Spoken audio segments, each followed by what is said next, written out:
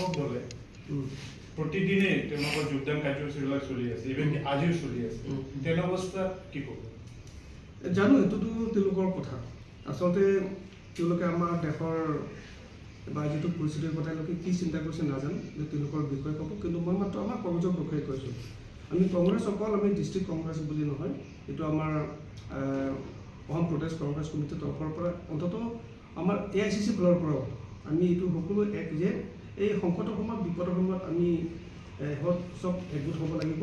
ইয়াত কোনো ৰাজনৈতিকতা থাকিব নালাগিব। গতিকে অন্ততঃ এইটো সংকটৰ সময়ত আমাৰ মাজত ৰাজনীতি কৰা ঠিক নহয়। সেইকাৰণে আমি আমাৰ এইটো সাময়িকভাৱে আমি স্থগিত ৰাখিছোঁ। কিন্তু ৰাজনীতি কৰা আমি সময় পাম। দেশখন প্ৰথমে বাচিব লাগিব, নহয় জানো? দেশখন বাচিব লাগিব, চব আমি এক হ'ব লাগিব, তেতিয়াই দেশখন বাচিব।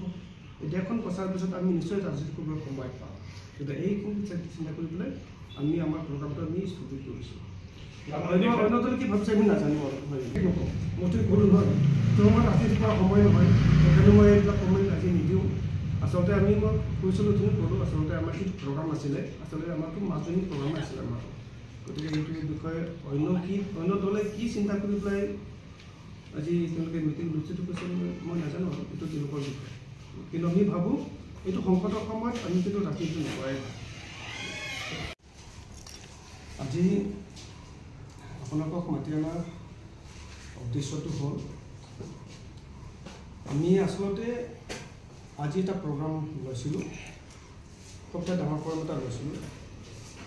আমি এটা ৰিলিফ পতাৰ এটা প্ৰগ্ৰাম আছিল, বিশেষকৈ সংবিধান বচাও বুলি, লগতে চেফ কাৰ্বি আংলং। গোটেইখিনি আমাৰ প্ৰস্তুতি সম্পূৰ্ণ হ'ল। আমি ইয়াতে গোটেইখিনি কৰিলোঁ। লগতে আমাৰ যিমান মণ্ডল আছে, যিমান আমাৰ ব্লক কংগ্ৰেছ আছে, সকলোৰে মতে কিন্তু চব সম্পূৰ্ণৰূপে তেওঁলোকে সাজু হৈছে আহিবলৈ। কিন্তু হঠাৎ আমাৰ যিটো দেশৰ পৰিস্থিতি, বিশেষকৈ ভাৰত আৰু পাকিস্তানৰ মাজত যিটো যুদ্ধ ঘোষণা হ'ল, এই আমাৰ দেশৰ পৰিস্থিতিৰ বাবে, কাৰণ যুদ্ধৰ সময়ত আমি ভাবোঁ এটা ৰাজনৈতিক যিটো মিটিংবোৰ হয়, সেইটো কৰাটো নাচাজিব। বিশেষকৈ সেইটো সময়ত সংকটৰ সময়ত আমি সকলো এক হৈ থকাটো ভাল।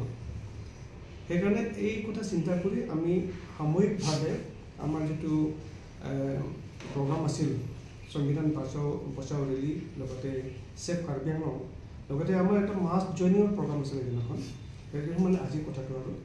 কিন্তু এইটো আমি সাময়িকভাৱে আমি স্থগিত ৰাখিছোঁ, বিশেষকৈ আমাৰ দেশৰ পৰিস্থিতিবোৰ চিন্তা কৰি। আৰু এইখিনি গোটেইখিনি কথা আচলতে আমাৰ সদস্যসকলক, আমাৰ কৰ্মকৰ্তাসকলক, ৱেল উইচাৰসকলক, লগতে কাৰ্বি আংলঙৰ কোনো ৰাইজক আমি জনাব বিচাৰিছোঁ যে এই সংকটৰ সময়ৰ কাৰণে আমি আমাৰ প্ৰগ্ৰামটো আমি অকণমান স্থগিত ৰাখিছোঁ। আৰু এইটো সময়ত আমি সকলো এক হৈ থকাটো ভাল। আমি কংগ্ৰেছৰ তৰফৰ পৰাও বিশেষকৈ আমাৰ মাননীয় সভাপতিসকলে ইতিমধ্যে ঘোষণা কৰিছে যে সংকটৰ সময়ত আমি সকলো এক, ইয়াত কোনো ৰাজনীতিৰ কথা নাই। আমি আমাৰ দেশখনক বচাব লাগিব।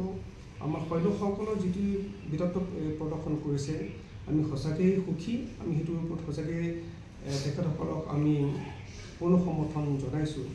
আৰু বিশেষকৈ এতিয়া যিটো আমি দেখিছোঁ, বিশেষকৈ আমাৰ পাকিস্তানৰ যিটো গুলীত দুজন আমাৰ যিটো নিহত হৈছে, তেখেতসকলৰ যিটো সদ্যহতে শ্বহীদ হৈছে, শ্বহীদৰ আমি সঁচাকৈ শ্ৰদ্ধাঞ্জলি জ্ঞাপন কৰিছোঁ।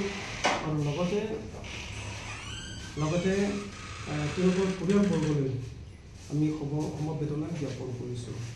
আৰু বিশেষ এইটোৱেই কথা যে এই বিপদৰ সময়ত আমি ৰাজনীতি কৰিব বিচৰা নাই।